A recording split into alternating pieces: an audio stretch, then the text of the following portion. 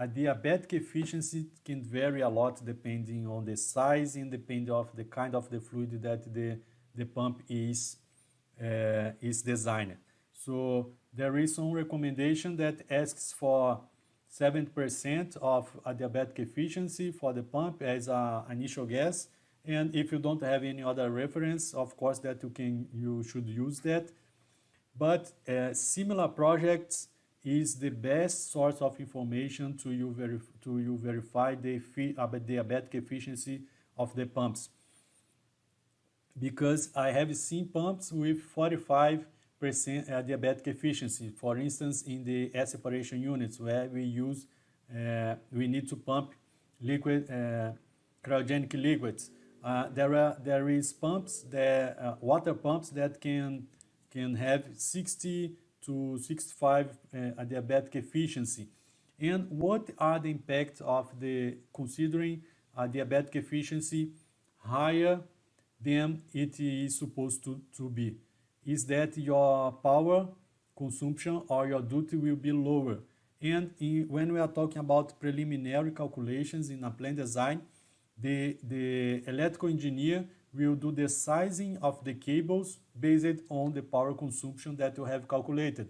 So if you consider that a pump will be 80% adiabatic efficiency, and when we get in the next stage of the pump design, we verify that in fact it will be 55 adiabatic efficiency, the cables that were calculated are lost, and they need to be recalculated for sure, but the price will be higher. So the capex of your project will be higher because instead of being conservative, let's say this way, you were optimistic.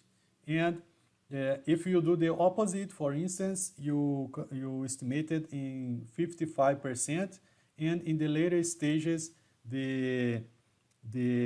you verify with the vendor that the adiabatic efficiency is 80%. The calculation for the cable should be verified again, but a cable that is able to conduct 55% is able to conduct 85%. So in general terms, if the project manager don't want to, it's not needed to do big changes, not need to do changes, although you cannot have an oversized cable to the project, but that's another issue. And considering that the calculations will be updated, now the electrical engineer will calculate a smaller cable, and as it is smaller cable, it will lower the price of your capex.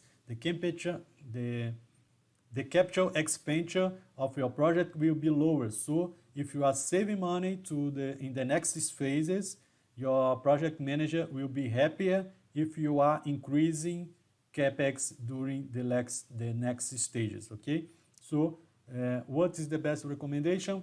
Verify if you have similar projects and go to the data sheet of the pumps similar or from similar suppliers, or if you have the similar pumps from the same supplier, it's better to you to use this kind of information, or eventually when you are doing preliminary calculation, get in touch with the vendor to ask for a budgetary quotation, and with that have this kind of information.